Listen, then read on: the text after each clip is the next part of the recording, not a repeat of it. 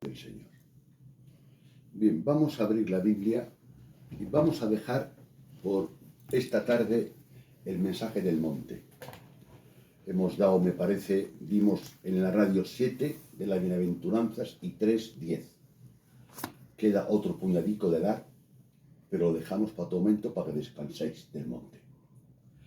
Vamos a hablar un tema que una vez me invitó el hermano Juanón muy amablemente por el sello cuando la pandemia, y toqué un tema, pero hablé unos 15 minutos en el sello hasta donde pude llegar. Y hoy vamos a seguir con ese tema. Y hoy tampoco lo terminaré. Iré hasta donde pueda llegar. Comenzamos en 1 de Samuel, leo yo, capítulo 22, verso 3. Y se fue David de allí a Mizpa de Moab, y dijo al rey de Moab: yo te ruego que mi padre y mi madre esté con vosotros, hasta que sepa lo que Dios hará de mí. David, perseguido por Saúl, y cuando hablamos de Saúl, Mingo, hablamos que eran 1000 hombres que le seguían a Saúl, era el rey de Israel. O sea, un rey seguía a David para matarlo. Y 1000 hombres iban detrás del rey para matar a David. Y entonces, cuando las guerras no solamente lo pagaba la persona, sino los familiares también. Y entonces David, muy responsable de su familia, que ahí podíamos hablar, pero no es mi tema, cogió a sus padres y los llevó ante uno que tenía mucha amistad. Dice a Moab, David a Mizpa de Moab, y dijo al rey de Moab: te ruego que protejas a mis padres en tu reino. Pero la frase que me llamó la atención fue la siguiente: hasta que sepa lo que Dios hará de mí. La preocupación de David, hermano Emilio, no era saber lo que él tenía que hacer. Eso no es bíblico. Esa preocupación no es bíblica. Es legalista y yoísta. La preocupación bíblica es esta, la que tenía David: hasta que sepa lo que Dios hará de mí. Eso es importante, hermanos, hasta que sepa lo que Dios hará de mí. A veces hay hermanos que su preocupación es qué puedo hacer, qué tengo que hacer, qué... No. Tu preocupación es vivir cerca del Señor, descansar en el Señor, intentar no ofenderle a Él y agradarle todo lo más que puedas.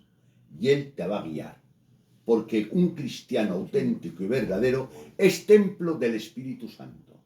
Y hay una promesa en Romanos, que el Espíritu Santo nos guiará. No guía al pastor, no guía al responsable solo, no guía al profeta, guía a todo hijo de Dios, tiene la promesa que Dios le guía.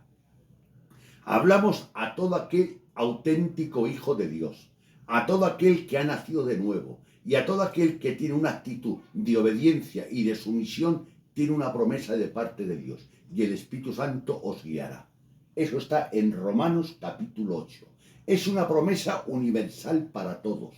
No es una promesa para el Consejo de Dirección de España, en que pienso que el Espíritu Santo guía al Consejo de Dirección de España.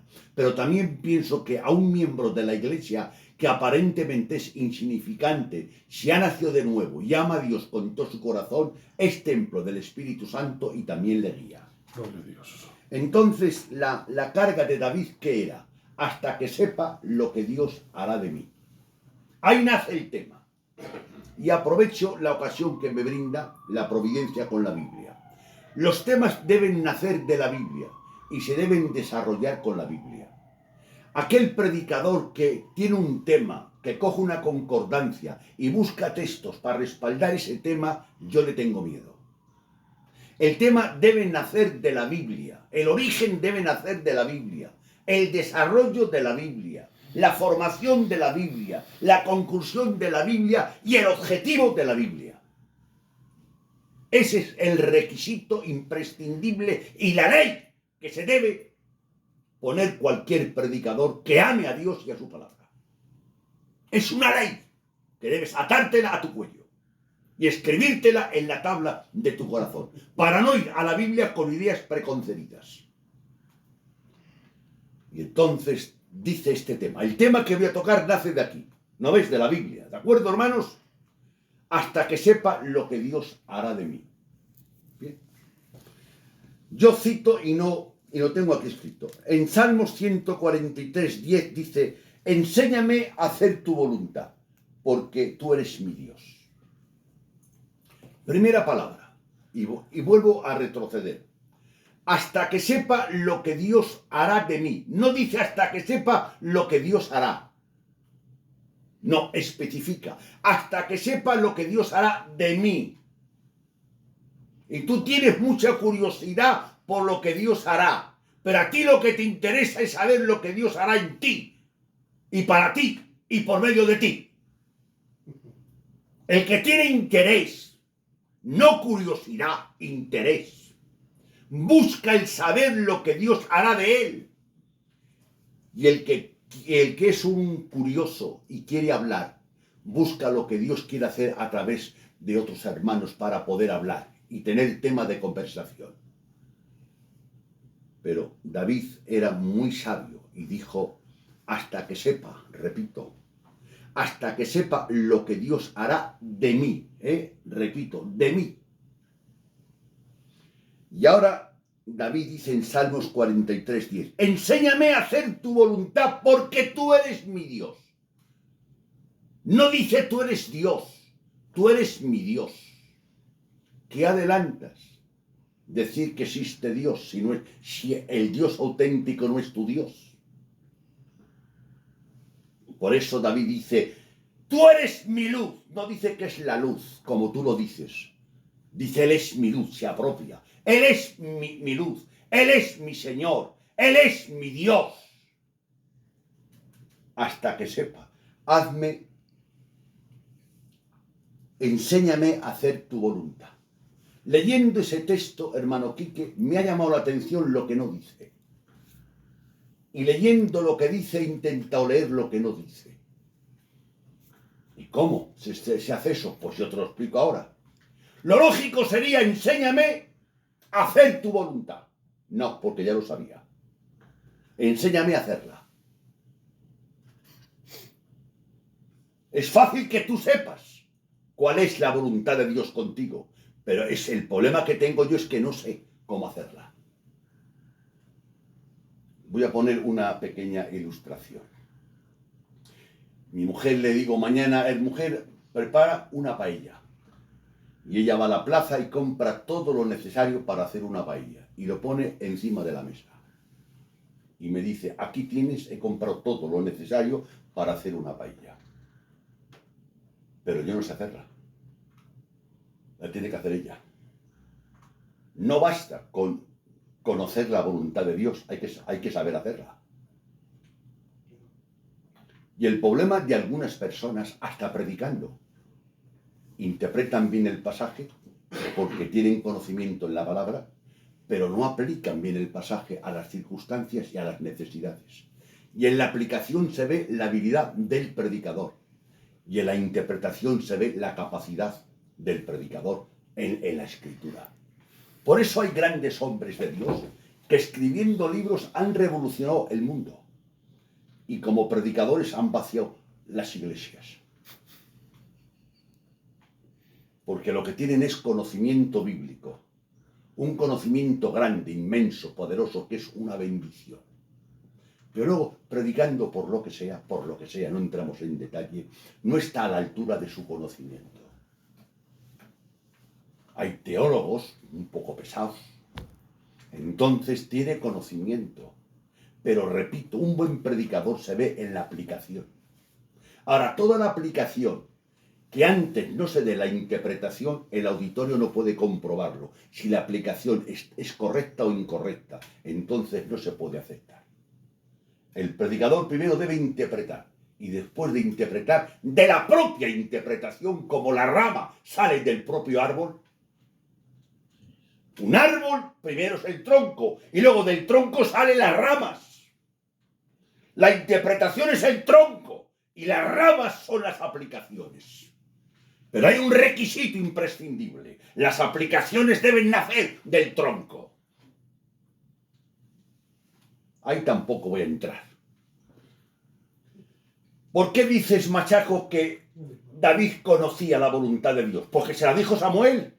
No le dijo Samuel, tú eres el ungido, eres el rey de Israel, ¿sí o no? La conocía. ¿Pero cómo la hago si soy un don nadie? Y está de rey Saúl, el ungido de Jehová. No conocía eso de David, pero hizo algo para ser rey de Israel, David. No. ¿Sabes por qué? Porque estuvo a la expectativa de lo que iba a hacer Dios. Si no le preocupa lo que iba a hacer Dios, intenta él hacer algo. Pero como su ideología y su teología eran lo que podía hacer Dios y no lo que podía hacer él, descansó en Dios, respetó a Saúl, ¿sí o no? Tuvo ocasiones, varias veces, ocasiones de vencerlo, de ganarlo, de matarlo. Y cuando habló a Saúl, David le habló con mucho respeto, le llamó Señor, ¿sí o no?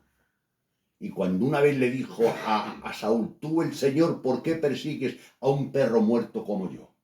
Él se llamó perro y a Saúl le llamó Señor. De tal manera que el mismo Saúl le tiene que confesar, hijo mío, eres mejor que tú que yo. Su enemigo tuvo que confesar que él era mejor que él. Esa es la auténtica alabanza. No la que te alaba tu amigo, la que consigues. Porque a un enemigo es fácil matarlo, pero lo difícil es a un enemigo hacerlo tu amigo. Cualquiera mata a un enemigo, ¿sí o no? Pero Dios, que es tan grande, tú y yo éramos enemigos y somos amigos. Amén. Gracias damos a Dios que Él no nos mató. Amén. Él tuvo tanto amor chencho, tanto cariño, tanta condescendencia, tanta misericordia, que éramos hijos de ira por naturaleza, y Él nos ha reconciliado con el Padre. Y somos los enemigos, somos amigos. Y los enemigos le amamos, y los enemigos damos la vida por Él. Amén. Esto solamente lo consigue Dios, y Dios es el modelo a imitar. Amén. Bendecido sea el nombre del Señor. Amén. Hazme saber cómo hacer tu voluntad. Hay dos tareas, claro, nadie puede hacer la voluntad de Dios si no la sabe.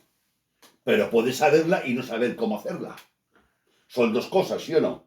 Pero seguimos, en cada detalle podríamos hablar un poquito, pero si hablo no entro en el tema. Salmos 138:8, dice David también, Jehová cumplirá su propósito en mí. Jehová cumplirá su propósito en mí. En otras palabras, contempla tu obra en mí y no mi obra. Porque si miras mi obra, la vas a maldecir. Pero si miras tu obra, la vas a coronar. Jehová cumplirá. ¡Cumplirá! ¿Qué es lo que deseas, David? ¿Qué es lo que anhelas, David? ¿Qué es lo que buscas, David? Saber lo que Dios quiere de mí. Y que me enseñe a hacer su voluntad. Y que se cumpla. Y entonces da un grito de fe. Jehová cumplirá el propósito en mí. Y si vamos al Nuevo Testamento, a Colosenses, Pablo dijo, estoy persuadido que el que comenzó en vosotros la buena obra la terminará. Amén. Pero David lo dijo antes que Pablo, en Salmos, con otros términos, con otras palabras, ¿sí o no? Jehová cumplirá el propósito en mí. Y ahora vamos a ver si se cumple, a ver si consiguió David esto. Hermano Abraham, lee en esa versión internacional Hechos 13:36. Por favor, escuchad con mucha atención. Es un mensaje de Pablo que predica y es muy largo, pero hay un texto, una frase en ese mensaje que es la que quiero pararme. Hechos 13:36. Ciertamente David, después de servir a su propia generación conforme al propósito de Dios, murió, fue sepultado con sus antepasados. Pablo dice, ahí David había muerto haría unos 1500 años. Y Pablo, inspirado por el Espíritu Santo, dice, Ciertamente David, después de servir a su propia generación, conforme al propósito de Dios, murió. Pero no murió antes. Yo no quiero morir antes, sin que el propósito de Dios se cumpla en mi vida. Amén.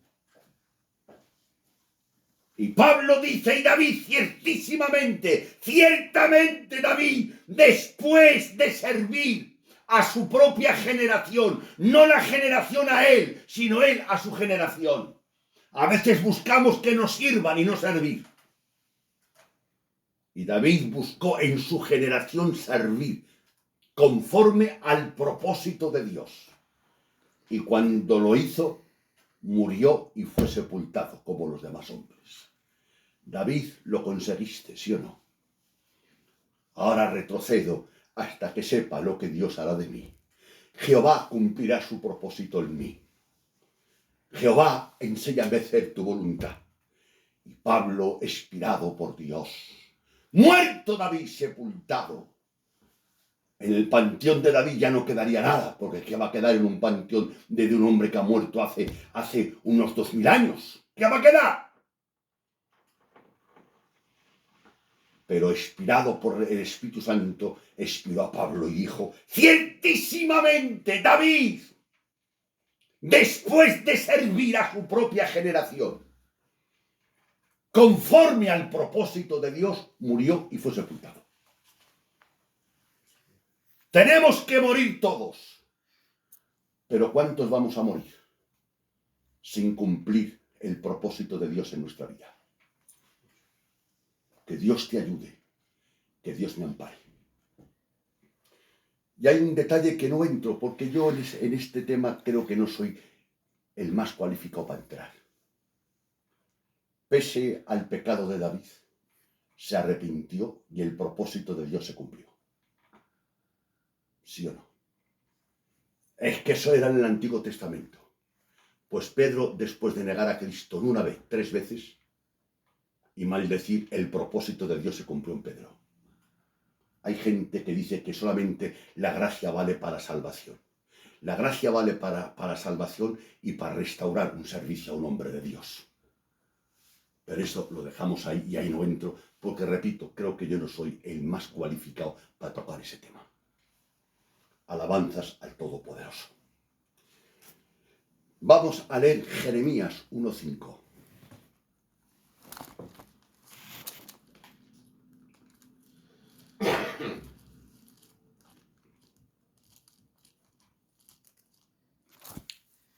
Jeremías 1:5. Antes que te formase en el vientre, te conocí, y antes que naciese, te santifiqué, y te di por profeta a las naciones. ¿Veis el propósito de Dios antes de nacer? Dios no solamente ha planificado que tú seas salvo antes de que tú nacieses, sino ha planificado tu actividad y tu trabajo. Según la Escritura, ¿sí o no? Amén. Filipenses busca. Hermanos, Pablo en Filipenses 3:12 dice, no pretendo haberlo alcanzado. Leo yo mismo. No pretendo haberlo alcanzado, sino que prosigo para ver si alcanzo aquello para lo que fui alcanzado. ¿Qué quieres, Pablo? Nada, machaco. Quiero solamente alcanzar aquello para lo que fui alcanzado. Esa es mi idea. ¿Y la tuya qué es, hermano? ¿Que me pongan en el coro? ¿Ser candidato? ¿Ser pastor? ¿Ser responsable? Pues Pablo esas ideas no tenía. Quiero conseguir, dice Chencho, prosigo. Y la palabra proseguir es seguir siguiendo. Prosigo para ver si logro alcanzar para aquello que fui alcanzado por Cristo. Cristo me cogió para algo. Y quiero que antes de morir, que si algo se cumpla en mi vida.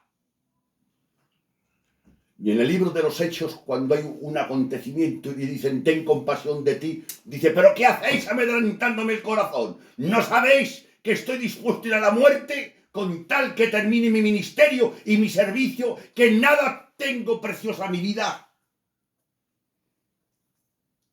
Y en segunda de Timoteo dice a Timoteo, ya anciano, Timoteo, he acabado la carrera. He conseguido lo que quería. Muero en paz. Me han dado la información que de aquí unos días me van a decapitar. Pero estoy muy contento, Timoteo. ¿Por qué estás tan contento, Pablo? Porque he conseguido lo que quería. Que el plan de Dios, el propósito de Dios se cumple en mi vida. A Pablo no le pudieron crucificar, ¿sabéis por qué? Porque era romano, tenía la ciudadanía romana. Y a uno con la ciudadanía romana no le podían crucificar.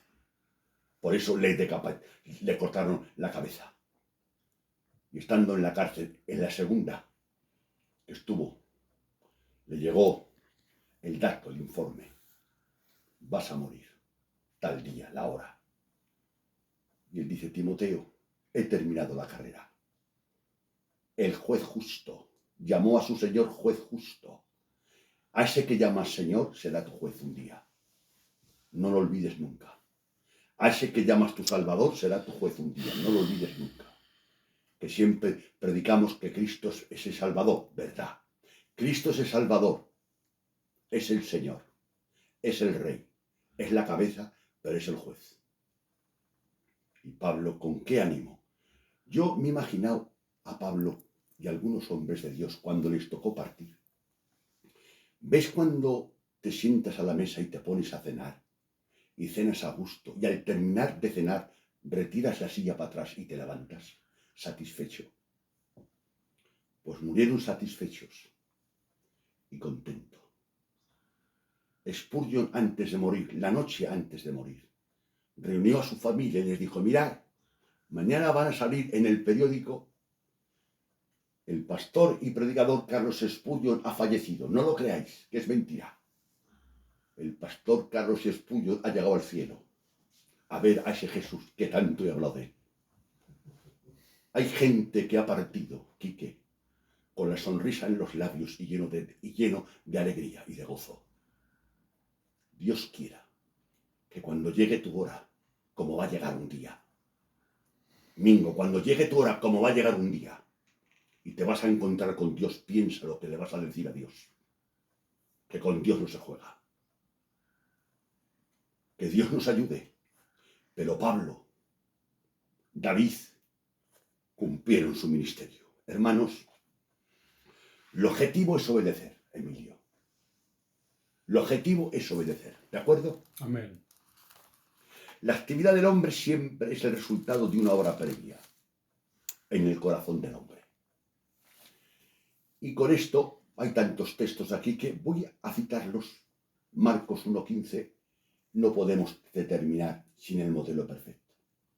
Marcos 1:15 dice, y cumpliéndose el tiempo, él vino, Jesús.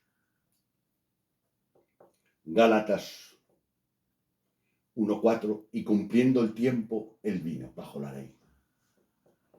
Juan 4:39, y esta es mi comida, que haga la voluntad de mi Padre y acabe su obra.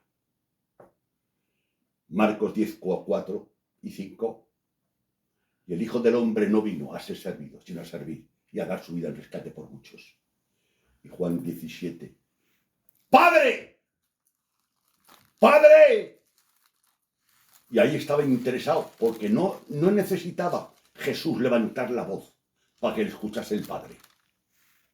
Pero si no la levanta y se lo dice en el pensamiento y en el corazón, nos quedamos sin saberlo.